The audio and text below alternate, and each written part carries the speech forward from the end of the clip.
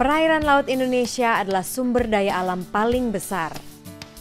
Perikanan sangat besar menghasilkan kekayaan berlimpah.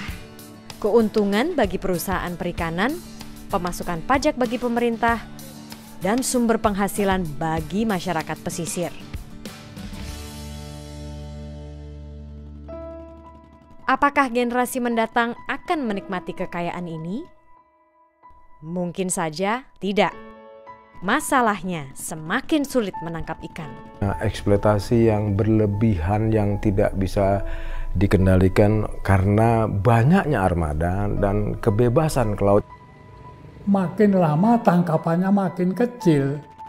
Yang dulunya kapal penangkap ikan kita rata-rata dapat satu kapal 4 ton, 4 ton setengah, satu kapal dalam seminggu. Sekarang untung besar dia kalau dapat 2 ton. Sepertinya berjudi ya, jadi nelayan pergi ke laut membuang biaya tanpa ada kepastian hasil. 3 tahun terakhir ini sudah mulai agak penangkapan udah agak jauh ya. Nelayan itu semakin jauh maka dia semakin mahal biayanya. Mengapa semua ini terjadi? Pengendaliannya yang kurang kuat. Kenapa jumlah kapal lebih banyak daripada sumber daya yang ada? Kenapa terjadi overexploitation? Tidak hanya lebih sulit menangkap ikan, tetapi juga semakin sulit menjual ikan dari perikanan yang tidak dikelola secara berkelanjutan. Kayak saat-saat ini ekspor ke Amerika susah, ekspor ke Eropa susah. A lot of retailers right now will only buy MSC fish.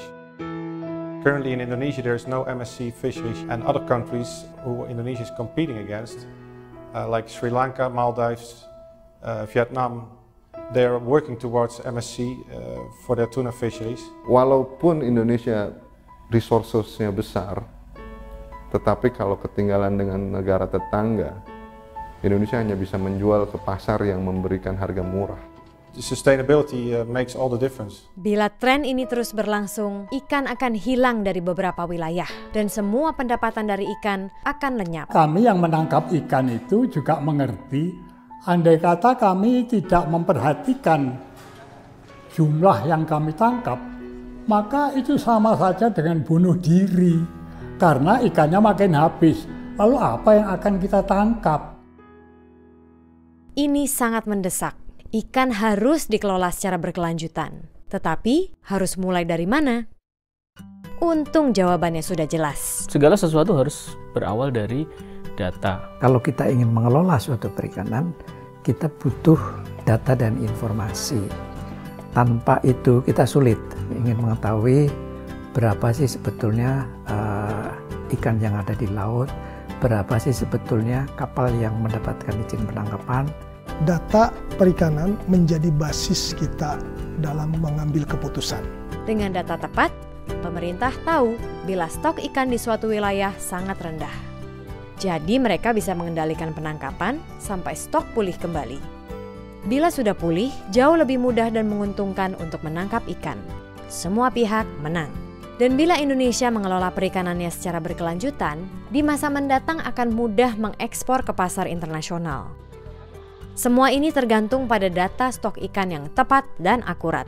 Tetapi saat ini, pemerintah tidak mempunyai data yang dibutuhkan. Jumlah kapal penelitian sangat terbatas. Sistem yang sudah ada saat ini belum sepenuhnya mudah untuk dicerna. Penggunaan database itu sangat ketinggalan kita. Jadi untuk mempertahankan pendapatan dari perikanan, pemerintah dan industri harus bekerja sama untuk mengumpulkan data stok ikan yang lebih baik. Disinilah perlu ada kerjasama atau mitra antara pemerintah pusat dengan pemerintah daerah dan pelaku penangkapan. Kolaborasi dengan berbagai institusi ini merupakan hal yang sangat penting dan harus kita kedepankan. Dan inilah yang terjadi di iFish. Dengan iFish, industri perikanan mengumpulkan data yang pemerintah butuhkan untuk mengelola perikanan secara berkelanjutan. Tujuan iFish adalah menjamin stok ikan sehat di laut setiap saat. Jadi komunitas nelayan, industri perikanan, dan pemerintah dapat terus mendapatkan keuntungan dari kekayaan perikanan Indonesia. Tidak hanya untuk hari ini, tetapi selamanya. Kita tidak bisa memulai pengelolaan perikanan tanpa kita mengetahui berapa besar stok ikan di laut. Pengumpulan data tentu merupakan kewajiban semua institusi, pemerintah dan juga tentunya partner. Ini demi kebaikan bangsa Indonesia. Bagaimana mengolah perikanan kita agar tetap bisa berkelanjutan dan lestari sehingga bukan hanya dinikmati oleh generasi sekarang saja tetapi juga generasi yang akan datang.